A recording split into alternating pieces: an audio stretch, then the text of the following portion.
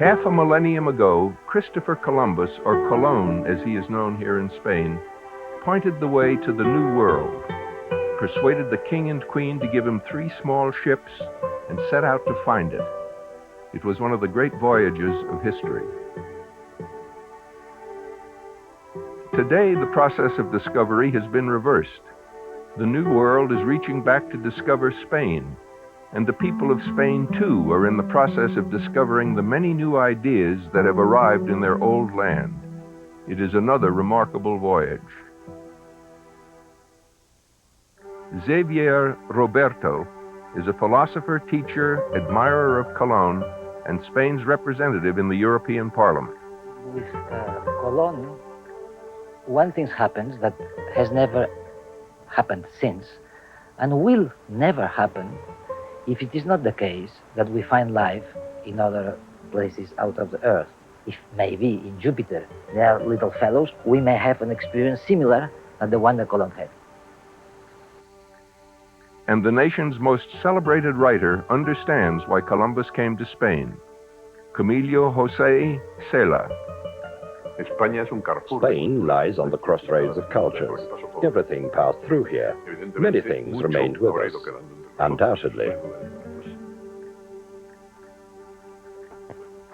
Carlos Ferrer is an industrialist and philanthropist.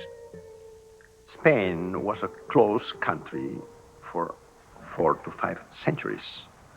It started to open to the outer world in 1959, and now it's entirely one of the most open societies of the world. One of the most open societies in the world. In just a few years, a working democracy has been established in Spain. Many see it as a political miracle. Spain is a European country of 38 million people. Bordering France, it is separated from the rest of Europe by the Pyrenees Mountains. With Portugal, Spain occupies the Iberian Peninsula. The capital of Spain is Madrid.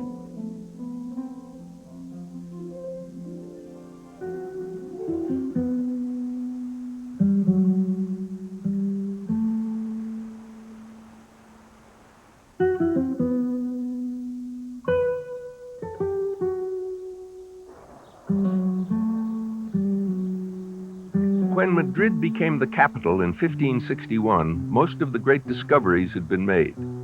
Today, as Spain searches for a new future, Madrid is helped not only by the Castilians who live in this central region, but by other Spaniards, the Basques, the Andalusians, the Catalans, and by Senor Ferrer as well, who takes his duties as a citizen quite seriously.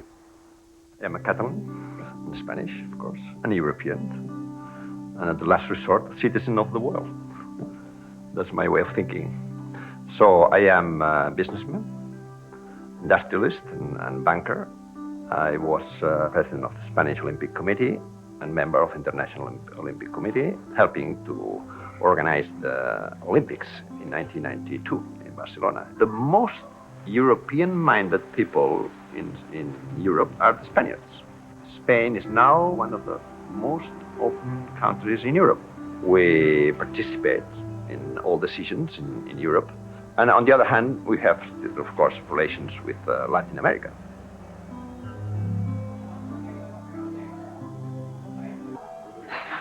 Another thing the Spanish participate in is convivial dining. Con mucho gusto, as they say.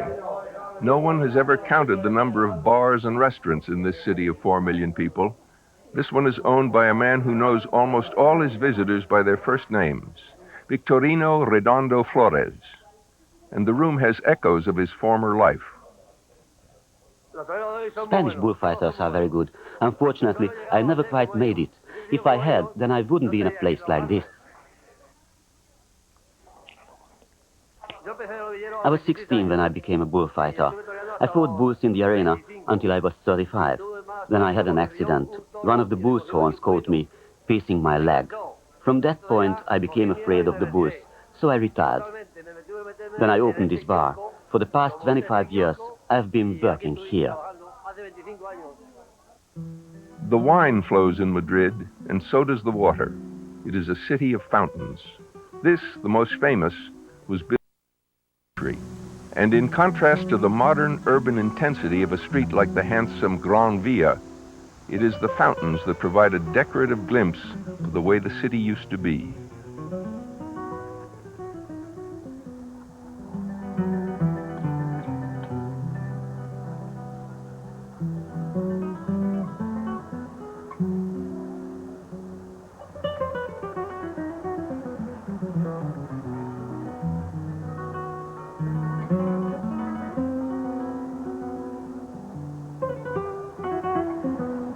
When the victorious King Carlos III built the Puerta de Alcalá, it was not simply for urban ornamentation. It was an expression of a powerful state. Madrid it was the first political power created in Europe, which gave to them a wonderful power, at the same time a terrible danger, because this unification for Spain was made out of purification of everything. Purification against, in a way, other religions, against modern elements like cities, like merchants, like commerce. The unification of Spain drove out many things, but not the old art of bullfighting. The Spanish bull was once bought and sold in this place. Today it has become a school for young bullfighters. The bullfight will always encircle the Spanish heart. There is a tradition, the Mediterranean tradition, of the bullfight, the fight with the bull, a symbol of masculinity. There are very many interpretations of the tradition, but what seems to be clear is that from a certain point, instead of putting a man to fight against another man with more power, like the Romans would do in the circus, it was taken an animal. Today, in the new Spain, young women like Cristina Sanchez are learning how to fight. When I stand in front of the bull, I feel a great sense of satisfaction. I'm very proud of the fact that I have this kind of courage. It's an extraordinary feeling. I believe that although I am a woman, I can be successful. It is hard enough for men, but naturally it is even more difficult for women. I am confident I will succeed. This is a family tradition. My father was a toreador. I was always captivated by the magic of the fight, as we say. At an early age, I started to train with my father, and I always lived among bulls and bullfighters. Now I am enrolled here at the bullfighter school. I am proud when I kill the bull in a beautiful way. When I have done it well, I feel a type of pride. I rise up over myself and shout, "Ole!" The bull is an animal which was born for this moment. In this respect, the bull is unique. I believe that bullfighting will always exist in Spain. This is an old tradition which, of course, we can never give up. Like Señorita Sanchez and everybody else in Spain, Señor Cela has his own views on the old art of fighting the bull. Camilo José Cela is an outstanding personality. Is very outspoken, writing and speaking, and he just say what people think and many times don't dare to say. Considered the nation's #1 writer, he has been at work since the 30s, and Señor Cela has been accorded many honors, including the unique honor of standing in a photo between the Spanish king and queen.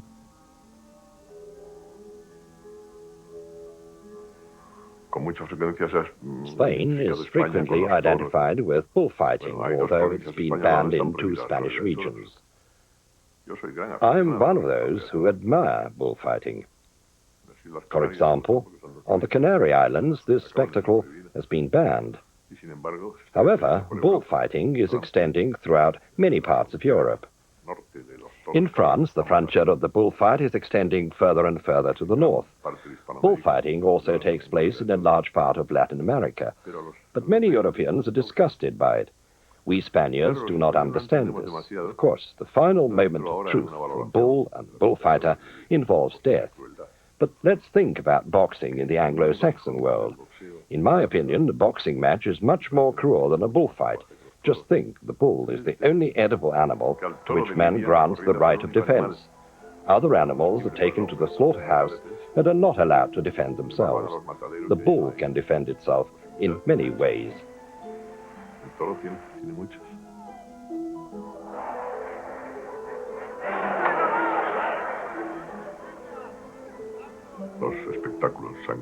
The bullfight is also an erotic spectacle. A bloody spectacle is erotic, especially for the ladies. A female sees the man risks his life. Theoretically, this man could be the lover of the woman. In my opinion, this thought is sufficient to make the spectacle erotic. We, let's say Latins, or we Mediterraneans, we don't have a soul separate from a body, or we don't believe of ideas separate from forms, or don't think about concepts which have not a body. In this sense, in these limits to our capacity of sublimation, that's normal, I think, that among our countries, this ritual expression of sacrifice has kept existing, while other countries who became even Protestant. When you are a Protestant, you don't need a bullfight anymore. But unfortunately, we are not Protestant. So we still need the bullfight. In the new Spain, many people move in from the country to become Madrileños, and so the population of Madrid has doubled in one generation. Andres Porres is one of them. He is a lawyer who lives with his family in a small, hard-to-get, expensive apartment. I was a journalist and lived as a bohemian. I never thought that I would get married. I was only looking for the pleasures of life. Finally, one rainy day in December, I had little else to do, so I decided to get married at the relatively late age of 35. I have been lucky. My good fortune culminated 15 days ago when my son was born. I'm very proud of him. The bulls, the fiestas, and the dances belong to another Spanish reality. Naturally, all this belongs to our culture. This enriches us.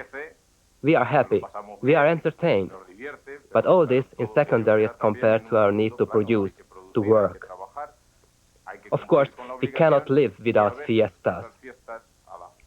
Therefore, in general, we can say that the average Spaniard usually sleeps too little, for he has to work during the day. But afterward, he seeks entertainment. He is unwilling to give up either of these two.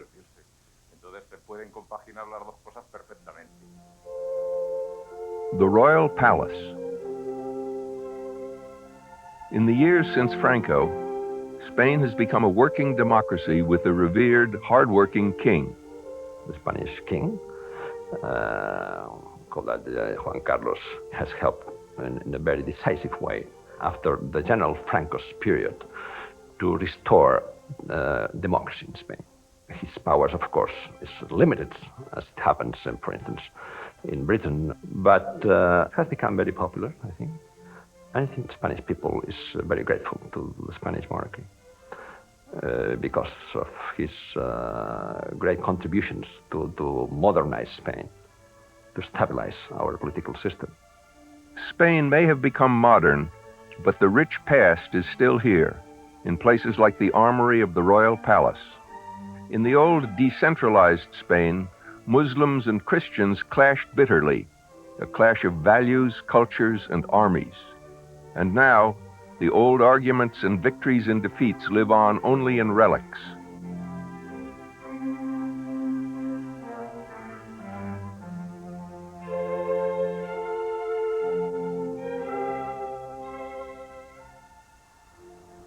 The museums of Madrid are legendary.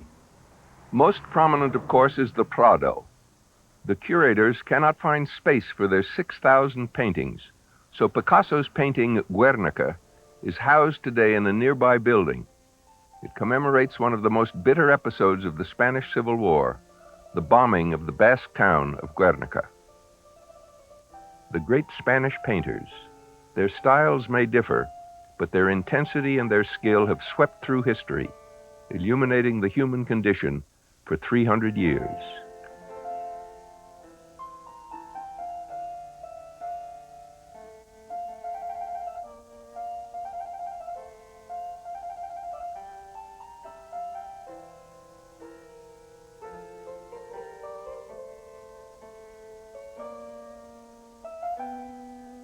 In art, as in life itself, the bull remains the focus of attention and admiration.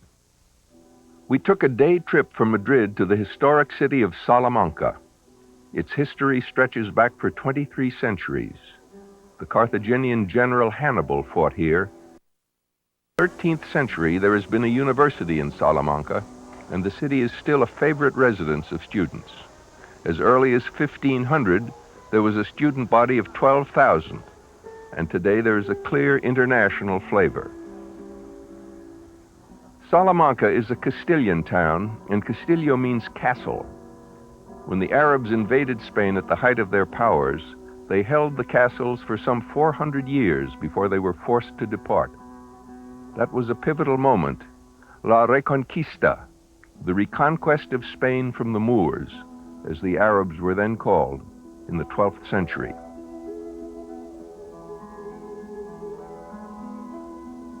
We were on our way then beyond the mountains to Segovia. Our destination was a castle whose Arabic name has been preserved.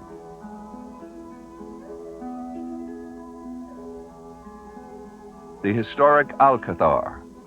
In this cold structure, a group of noblemen met to elect Isabella their queen, and her 15th century marriage to the Prince of Aragon hailed the Spanish conquest of the New World. But history here goes back much further. An aqueduct built by the Romans is still intact.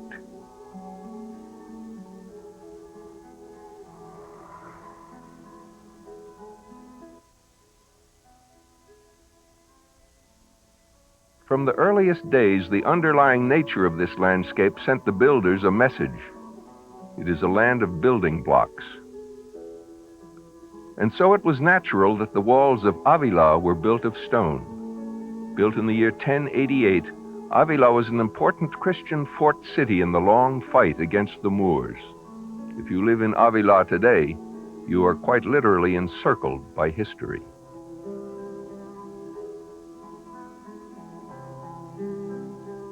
The more extraordinary for Spain is to become normal. We have been so long time we have been extraordinary that to be ordinary, it's wonderful. And yet there are some things in Spain that are inherently extraordinary, like the musical sounds that flow out of the shop of Manuel Contreras.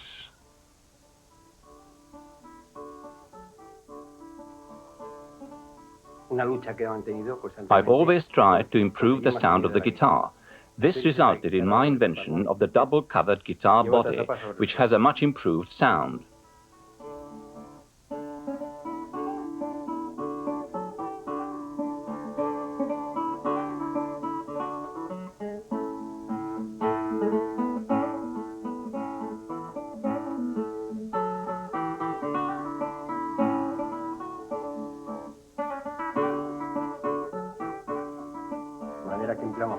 When making a guitar, we use harmonious and special kinds of wood of various sorts.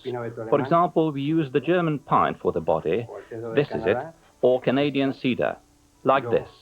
For the bottom, I use various woods from Brazil and from India. But for the finest quality guitar, it should be from Brazil.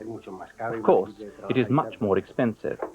Regrettably, it is difficult to work with. These woods come from Brazil.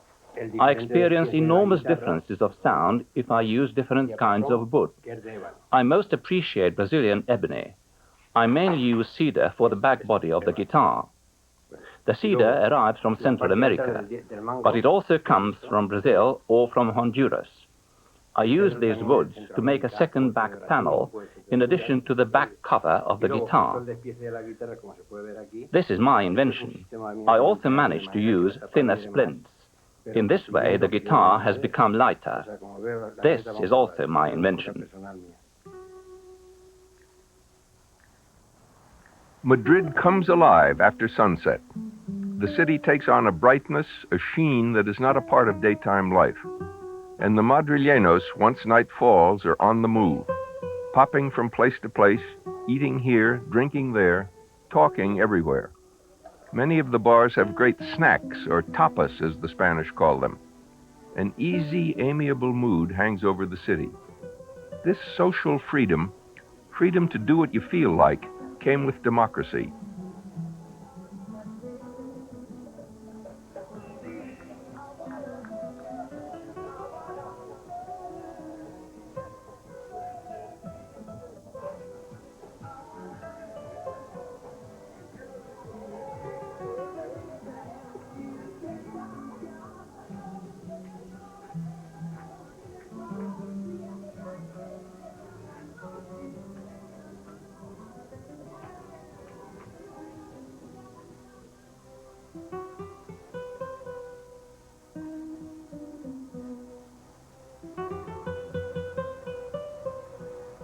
In the Franco period, there were many restrictions dictated by the church.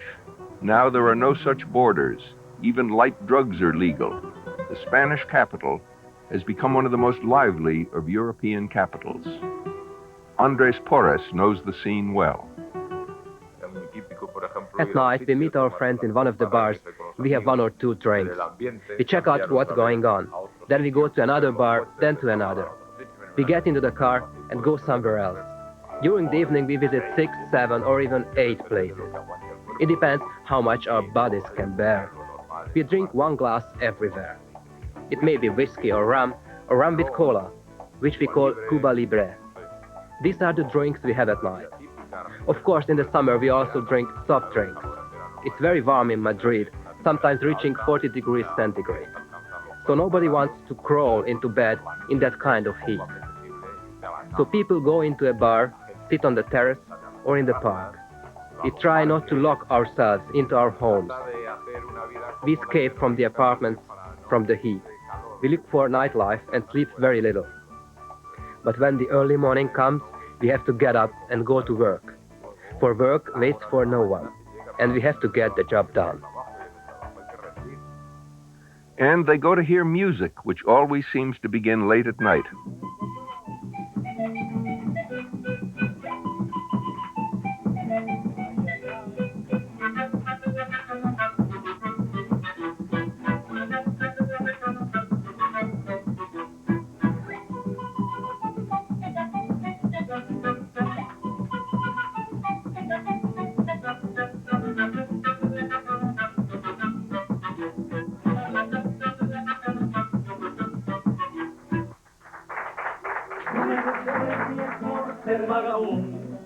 Y mi destino es vivir así. Si vagabundo es el propio mundo que va girando en un cielo azul, ¿qué importa saber quién soy? Ni de dónde vengo ni por dónde voy. Solo quiero que me des amor, que me da la vida, que me da calor. ¿Qué importa saber quién soy? Ni de dónde vengo ni por dónde voy. Solo quiero que me des amor, que me da la vida, que me da calor.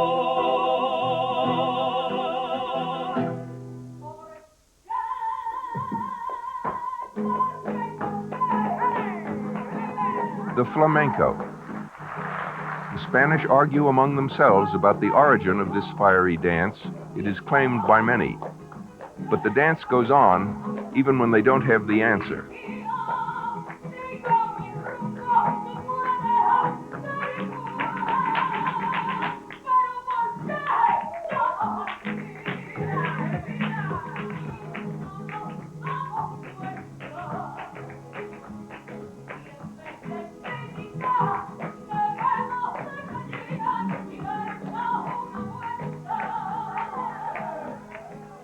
There are few towns on earth where tradition and modernity harmonize as they now do in Madrid. There seems to be no border between the past and the future, nor between the old and the new world.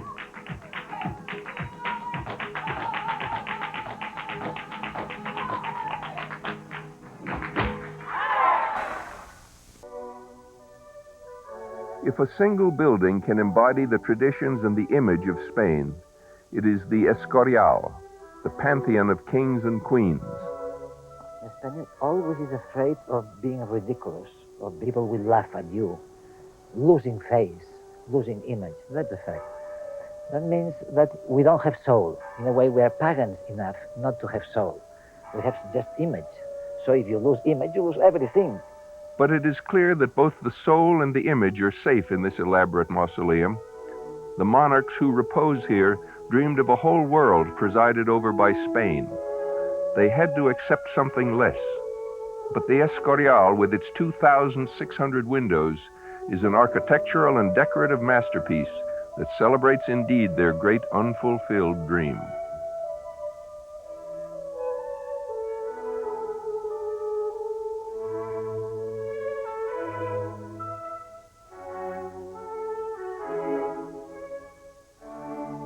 Spain was invaded by the Arabs for 7, 8 centuries. In Toledo, there was a great translation center where Jews, Arabs, and Christians together worked to translate all old scientific or philosophical works, for instance, from ancient Greece, medicine, mathematics, astronomy, was translated in each of the different languages. So it was a great open university, let us say, absolutely open. And I have to say that it has not been so easy to have the Jews and the Arabs together afterwards or even now. So it was an example of an open society.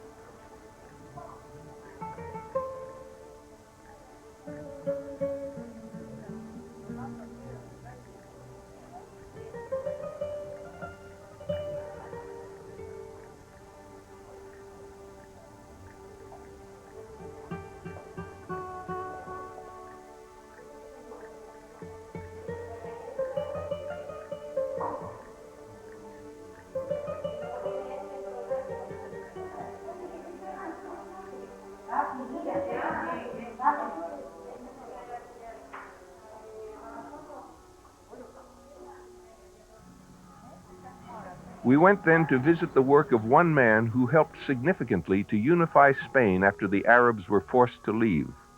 The paintings of Domenico Theotokopoulos, El Greco, the Greek. His stunning religious portrayals, replete with penitence and fervor, helped to create a national unity based on Christianity, on Catholicism.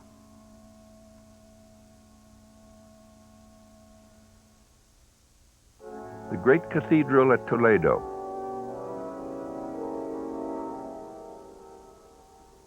El Greco spent much time in this building, and his son actually worked here. Construction began in the 13th century, and like all great buildings, it was a reflection of its time. The building embodies the Mozárabe style, meaning that it has a Romanesque base with Arabic ornamentation.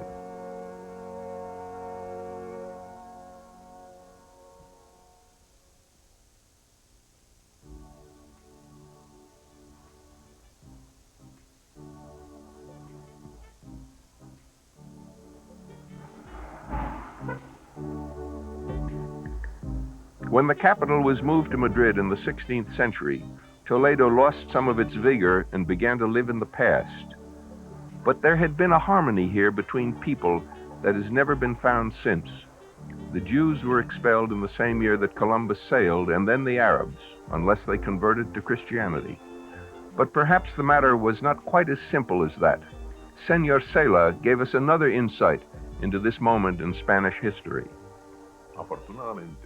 Fortunately, the expulsion of the Jews and Arabs frequently remained a theoretical thing. Unfortunately, many Moors and Jews did leave Spain, but there were many who stayed. They either became Christians or they acted as if they had been converted. We don't know much about that.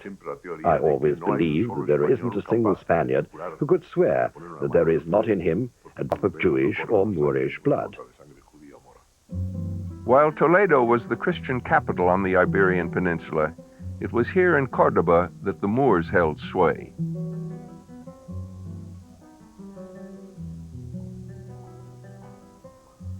As far back as Roman times, there was a significant town here. Between the 11th and 13th centuries, it was the home of Arabic scientists and mathematicians who worked with their Jewish colleagues to create a brilliant metropolis. And then arrived another powerful influence. Catholic tradition has been very strong in Spain. On the one hand, you have to think that Muslims were in Spain for centuries, so in some way fight to free Spain from the Arab invasion was a kind of, you call that a crusade. It was not a violent fight against Arabs. They, for many centuries, they were living together and trading openly. Was not. Things became much more radical afterwards. Became more radical when the Protestantism started. And in some way, Catholic religion became an instrument against foreign influence in some way.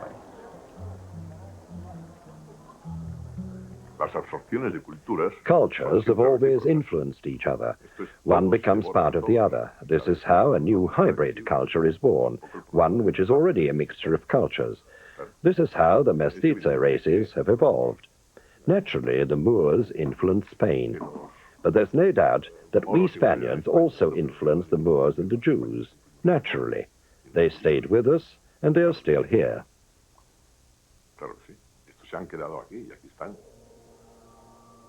This vast structure, today the Cathedral of Cordoba, tells the great and often sad story of La Reconquista.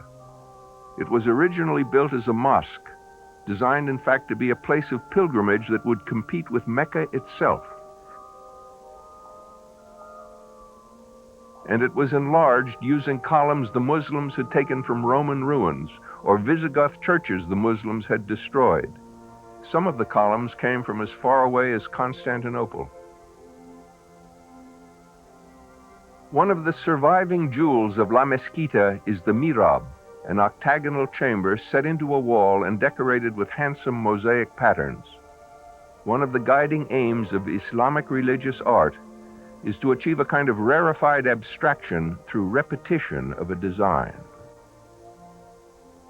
In the year 1236, it was converted into a cathedral, and later the altar was added. But everywhere, we could see the clearly Arabic origins of the Cathedral of Cordoba.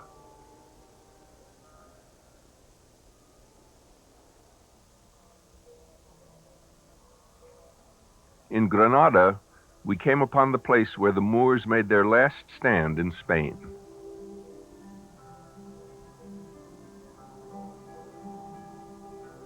Here in the 14th century, they built the mystical red castle, the Alhambra, a masterwork combining light, water, and stone in a fashion that seems almost weightless.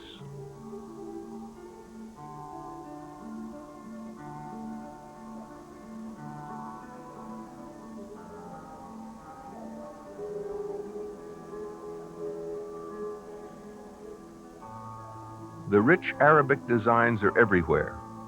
And in contrast to Cordoba, when the Christians took over, they did not touch the Moorish complex, perhaps the most important Arabic architectural contribution to this part of the world.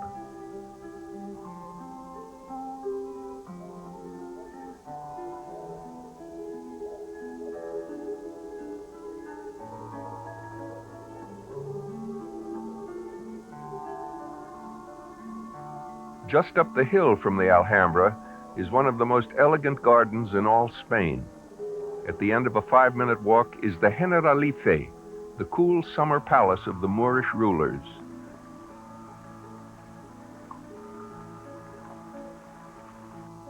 The path led us through a beautiful stand of tall cypresses. The last Moorish ruler is said to have wept as he left the Generalife for Africa.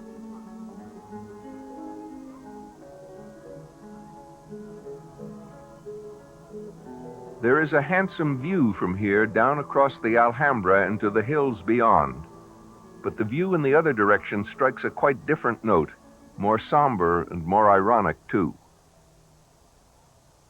For on this hillside, with a splendid view up toward the Alhambra, are the dwelling places of the Andalusian poor. They are not exactly homeless, but their homes are in caves.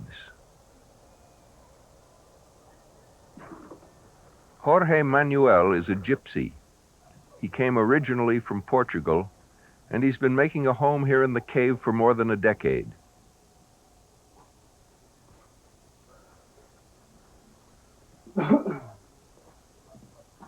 And so it is no wonder that music is one of the few amenities he can enjoy, and it's also no wonder that he plays the blues.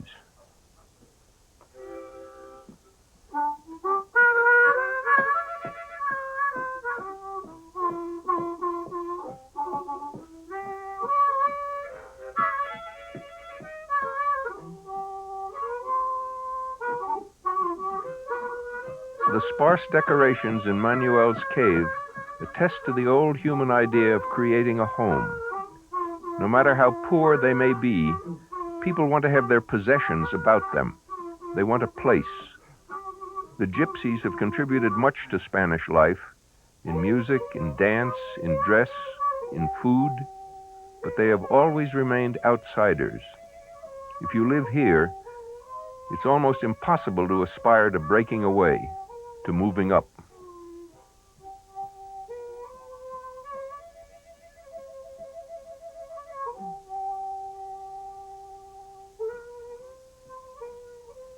The caves have been here for hundreds of years. There are fewer people living in them today than in the past, but oddly enough, one of the great Andalusian feasts, the Feria of Seville, is dedicated each year specifically to the cave dwellers of Andalusia.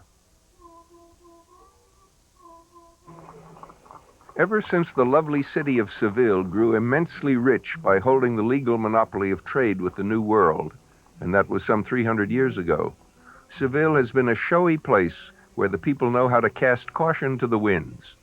And that is never clearer than each April, when Seville's most glittering festival, the Feria, takes over the town.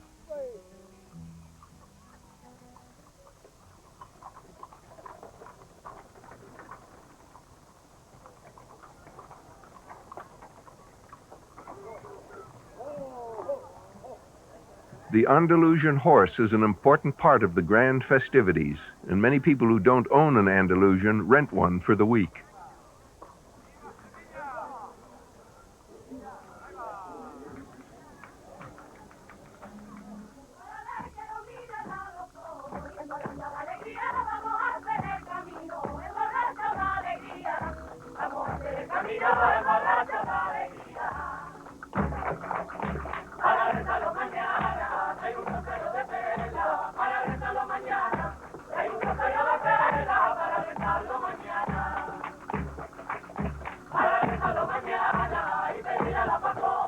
700 miles to the southwest of continental Spain, far out in the Atlantic, is another part of Spain. The 7 Canary Islands have a special place in the Spanish heart. Spanish character as such, I think it's difficult to know whether there is such a Spanish character, because there are Spanish characters in plural. The Canary Islands has been very much related and to Spain, of course, it's part of Spain, and has been very much related to Latin America, because sailors traditionally stayed for some time in Canary Islands on the way to, let's say, Venezuela or to Latin America, and the way back. And there is strong population from also Latin America. people have been there and stayed there.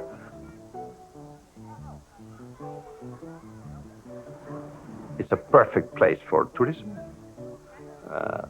Temperature is always very well balanced. It's never too warm, never too cold. You can swim all the year round.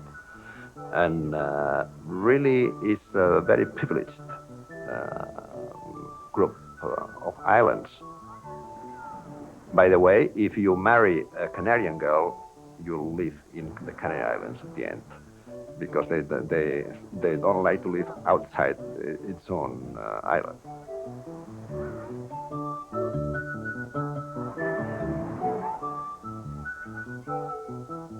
We are on the island of Tenerife, and the place is a paradise for bird watchers, or at least for parrot watchers. The Canaries, however, are no longer here.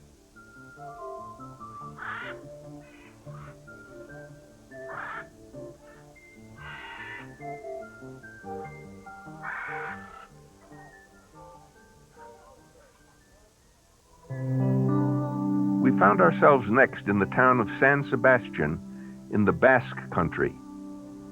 Then you have the Basques in the north, perhaps are now in the United States because there are a lot of shepherds, which is the origin, and now have become important industrialists. It's a different mentality, perhaps somewhere more closed. They are solid people. The Basque region has long been known as favoring political separatism, but despite this tradition, the Basque lands are also a place where people live their own lives.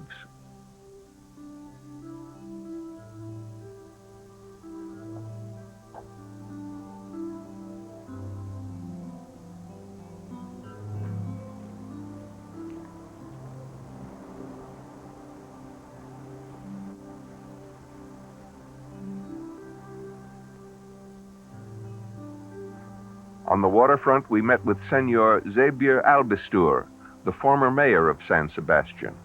Bueno, tendremos que decir que los vascos tenemos muchas vicisitudes en nuestra vida y muy complejas, y muy diferentes. A este país se le ha conocido tristemente. Regrettably, this country is frequently associated with terrorism. In the everyday life of the Basque region, terrorism amounts to less than 1%. The Basque region, this country, primarily strives to become a developed area. We are trying to build up our industry to a new level.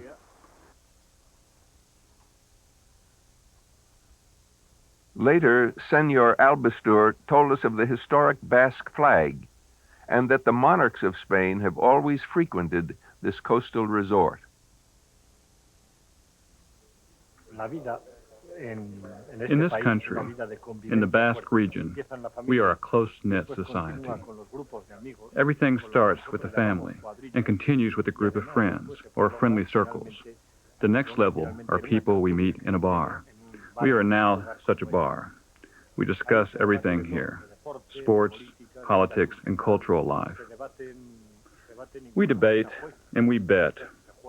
Betting is, of course, only a game. We bet about sports matches or events which may occur. We eat many different items in the bars, among others typical Basque dishes on small trays, but the main thing is that we meet our friends here, who are in fact extensions of the family. In a country renowned for good food, the Basque kitchen takes second place to none. And though San Sebastian may not be quite as festive as Seville, it is certainly as convivial. It is said that the Basques know how to live. And they also know how to fish. For years they have sailed their small boats as far as the waters off Scotland. And, like all Basques, the fishermen are fiercely independent. Fishing is not just an industry here, it is a way of life.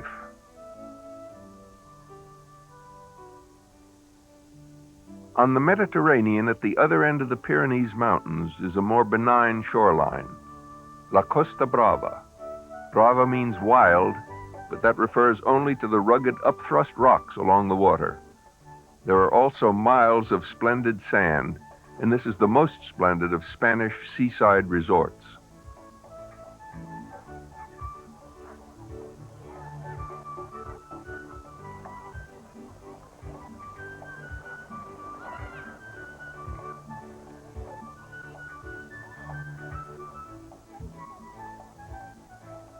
There are many such Mediterranean coasts in competition with La Costa Brava, the coast of the sun, the coast of light, the white coast, the green coast.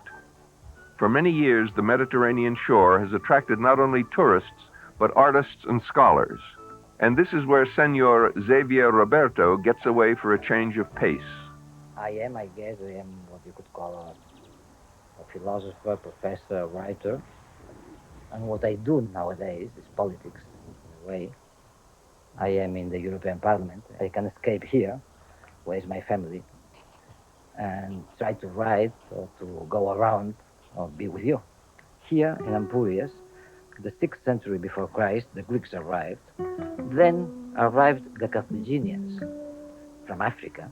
Then the Romans came together with the Greeks in order to chase the Carthaginians, and all them passed by these walls. All them came here. We had come to Catalonia to see the home and the museum of Salvador Dali. Catalonia has been always very fond of art and, very the Mediterranean littoral, very influenced by all these artistic and feelings and influences. Some of the leading painters of the 20th century, which are from this region, you have Miró or Dalí, as Tapia is now.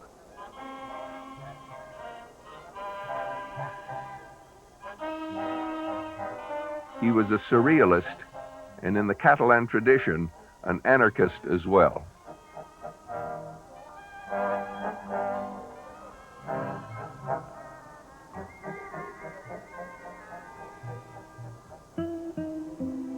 Barcelona on the Mediterranean, a great seaport, a nerve center of Spanish industry, a place of change and progress, and a city of over 3 million people. Barcelona is a center of publishing and the arts, and the proud possessor of the work of Antonio Gaudí. At the end of the last century, Gaudí, who was a local architect, offered to build Barcelona a new cathedral. It was built without plans, but with a religious fervor that rivaled that of El Greco.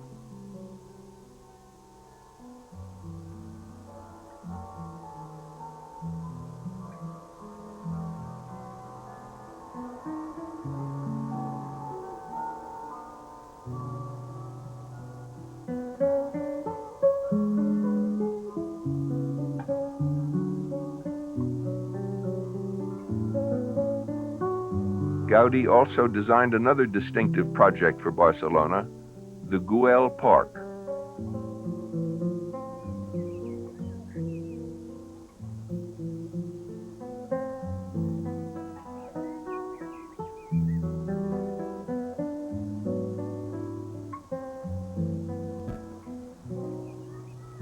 Though the park was never completed, it is a magnet for Barcelonians as well as travelers. Antonio Gaudí was, in fact, an artist who used Barcelona itself as his palette. His flowing, trademark design is found on several apartment houses, and his influence has continued in interior design, painting, and even in fashion. The state of dress of the Catalonians, as well as the state of their well-being, can always be assessed on a walk along the Ramblas.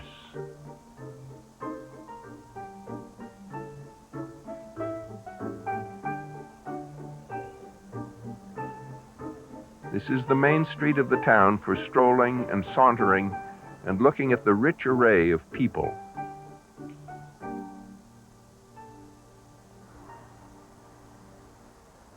Here you can buy the necessities of life from the century-old Market of St. Joseph.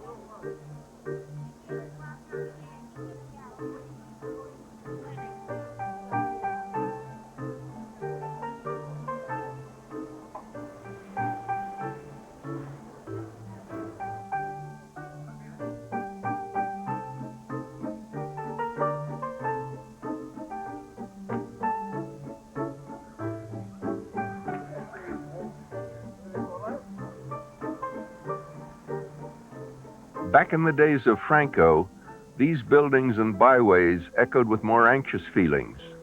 The dictator had dictated, for example, that the native tongue, Catalan, was not to be spoken. But today, with a democracy in place, we found people to be quite relaxed. They say what they want to say. They speak the language they want to speak. And one man, of course, has always spoken out. In the museum of Pablo Picasso, one walks past the images silently, stunned by the endless variety of his genius.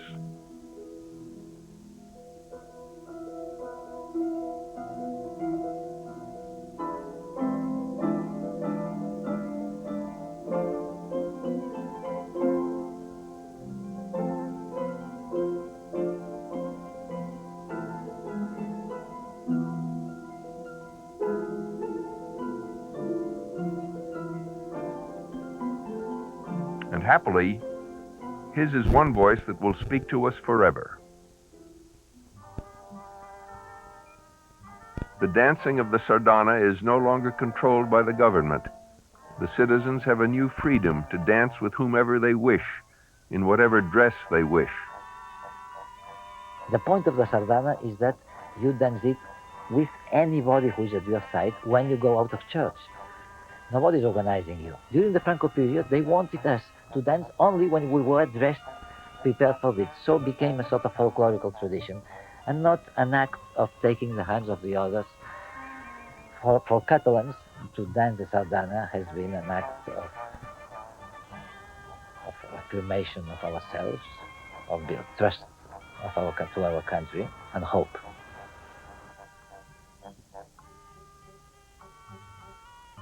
So in the search for the new Spain, a free Spain, they have found that the country's old human values, as seen in a dance, for example, do not have to be lost, but can indeed be enhanced by the search.